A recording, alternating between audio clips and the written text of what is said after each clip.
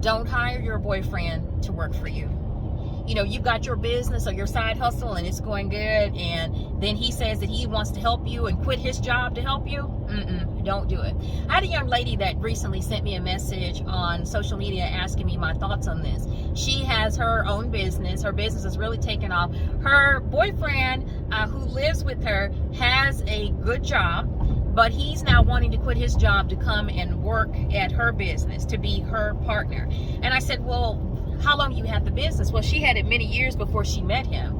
And in addition to that, he is wanting to come in as a partner.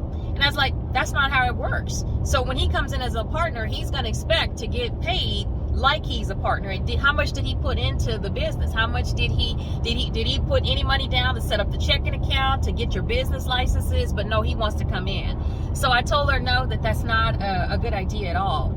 And the reason I know it's not a good idea is because I am in real time. I have a friend that's dealing with that. She started her own business.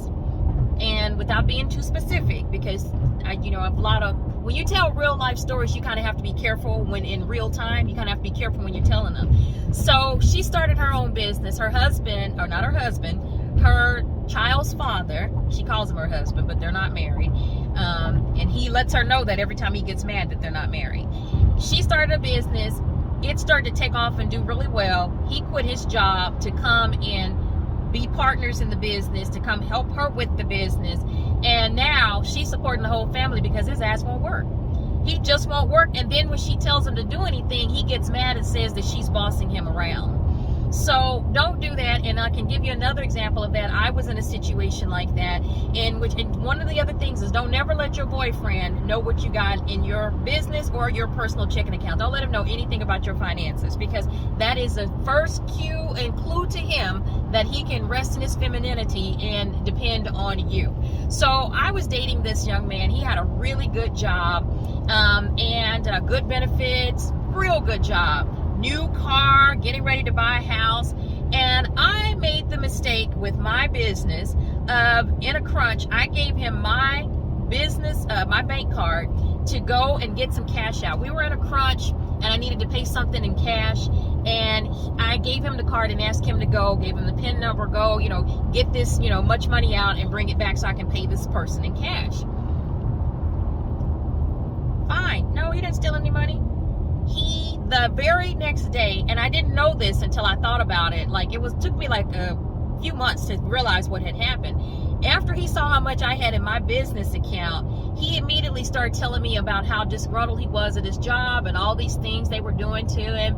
And then, how we always are rescuers. He needed me to write all these notes to get him out of entanglements in HR and all this type of stuff. And it was just one thing after another. And he just kept saying, and then he really stepped up to helping me with my business. Every time I turn around, he lived in another city and he would drive all the way over almost every other day to help me take out the trash and to get people lined up and to take things between the two businesses and all this. He really stepped up to the plate.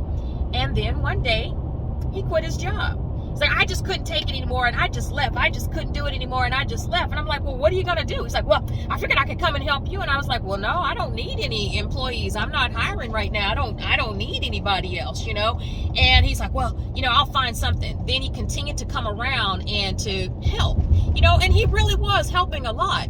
And so what I would do is I would just give him a little something, I would give him, and it wasn't a little something. I ended up giving him a lot. I remember at times where he would be, be around there about a week, and I might, give him, $2,000. Hey, well, you really did this and you did that. And, and so I started paying him. So what he started doing was depending on me. He never did look for a job. He just wanted to live off of me. And so then when I started to kind of scale it back, I'm like, okay, all right, you don't work for me now, because he started talking about some bill that he owed, right? And asking if I could pay him in advance. And I said to him, now, you don't work for me. You need to go find a job because I can't support you. You're like, I really don't need another employee. Well, what about all of this work that I've been doing and helping you with? I'm like, so I'm not even going to go into the conversation we had at that. But when I cut him off and said, no, hey, you want me to go pick this up and do this for you? No, that's okay. When I started doing that, then guess what? Then he wasn't so helpful anymore. He didn't want to help. And I'll give you one example. right at the very end of this relationship, I hosted a very large event. And after an event, you got to pack up your stuff and get it back to your business, right? And he came, and I even told him, he's like, well, I can't just do it for free. I'm like, okay, well, I'm going to pay you. And so we hosted the event. He showed up late to the event. After the event is over with, when it's time for everybody to clean up when he's really needed, this motherfucker got in his car and left and was gone and stayed gone. And then he must have been circling the event center to see when we brought out the last box, and then he drove up.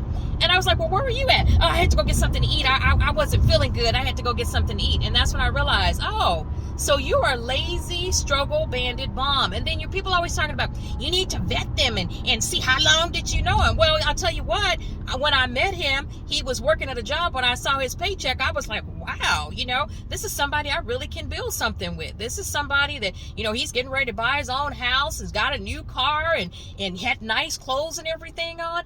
But then as soon as he saw what I had, that was his cue. Like he was some 22-year-old girl straight out of college. As soon as he saw what I had, he started counting my money. Even to the point to where when we were hosting that event that night, he started calculating, let's see, if people are paying $10 per ticket to come in, and you guys, I was like, don't add up my money. And then that's when I realized that I had to eat. So, ladies, whatever you do, if you have a business and you've started that business, now if you and your husband or you and your boyfriend, y'all start that business together, y'all both putting the same amount of money and time and energy into it, yeah, he can be your business partner. But you sisters, you cannot start a business and then bring a man in and give him half of it. You can't do that. If it's your business, you keep your business, let him work his job, and then y'all will just have more money. If you're making more money, you'll just have more money, because I can guarantee you this.